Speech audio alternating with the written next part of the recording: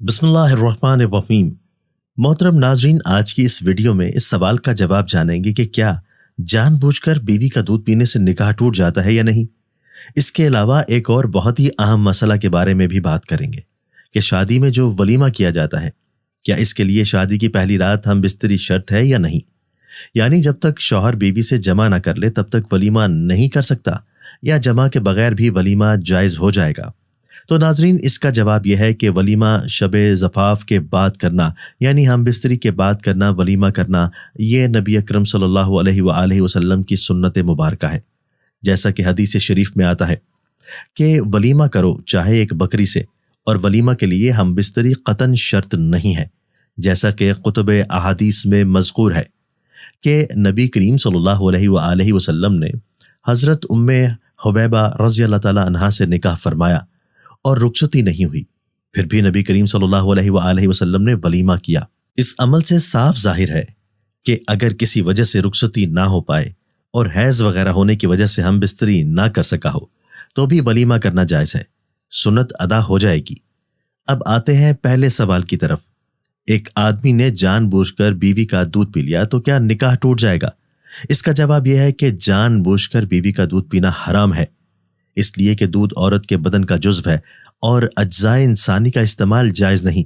البتہ بچوں کے لیے مدت رضاعت میں، یعنی 2 سال کی مدت میں ضرورت کی وجہ سے دودھ پینے کی اجازت دی گئی ہے، اور بچے کو بھی 2 سال سے زیادہ دودھ پلانا حرام ہے۔ ہاں، اگر بچہ اتنا کمزور ہو کہ ماں کے دودھ کے علاوہ دوسری غذا استعمال نہیں کر سکتا تو ایسے میں بچے کو 2.5 سال تک دودھ پلانا جائز ہے۔ لہٰذا اگر کوئی شخص جان بوجھ کر اپنی بیوی کا دودھ پیے تو اسے اپنے اس عمل پر توبہ اور استغفار کرنا لازم ہے، لیکن ایسا کرنے سے اس کا نکاح نہیں ٹوٹتا۔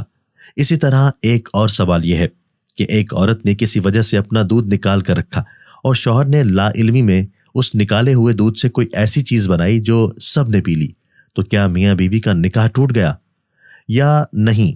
اس کا جواب یہ ہے کہ عورت کے دودھ سے حرمت اس وقت ثابت ہوتی ہے جبکہ بچے نے 2 سال کی عمر کے اندر اس کا دودھ پیا ہو۔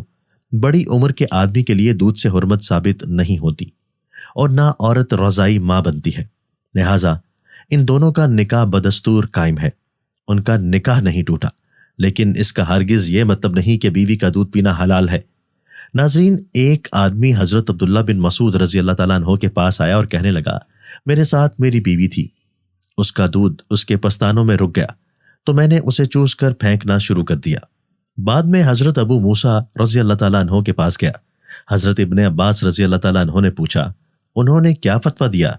تو اس شخص نے ان کا فتویٰ بیان کیا کہ حضرت عبداللہ بن مسعود رضی اللہ تعالیٰ عنہ نے اس آدمی کا ہاتھ پکڑا اور حضرت ابو موسیٰ رضی اللہ تعالیٰ عنہ کو کہنے لگے، کیا آپ اسے دودھ پیتا بچہ سمجھ رہے ہیں؟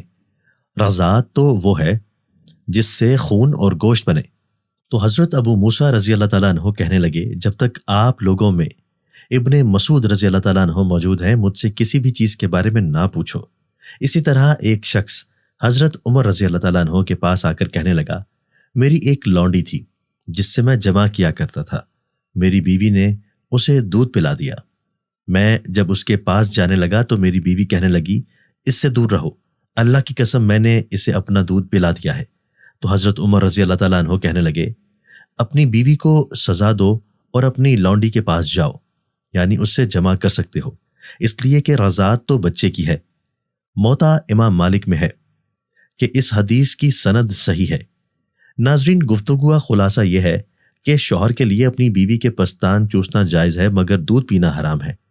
اگر منہ میں دودھ آ جائے تو اسے تھوک دینا چاہیے، اور اگر منہ میں دودھ آنے کا احتمال خطرہ ہو تو ایسے نہیں کرنا چاہیے۔ ناظرین، ایک مرتبہ نبی کریم صلی اللہ علیہ وآلہ وسلم حضرت عائشہ صدیقہ رضی اللہ تعالیٰ عنہا کے پاس تشریف لائے تو دیکھا کہ ان کے پاس ان کا رضائی بھائی بیٹھا ہوا ہے جسے آپ صلی اللہ علیہ وآلہ وسلم نہیں جانتے تھے۔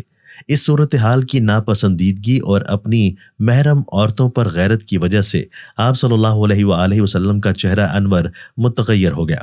حضرت عائشہ رضی اللہ تعالیٰ عنہا نے آپ صلی اللہ علیہ وآلہ وسلم کے چہرہ انور کے متغیر ہونے کا سبب جان کر آپ صلی اللہ علیہ وآلہ وسلم کو بتایا کہ وہ ان کا رضائی بھائی ہے۔ اس پر آپ صلی اللہ علیہ وآلہ وسلم نے فرمایا، رضاعت کے معاملے میں خوب غور اور تحقیق کر لیا کرو، رضاعت بسا اوقات ایسی ہوتی ہے جس سے عورت مرد کی محرم نہیں بنتی۔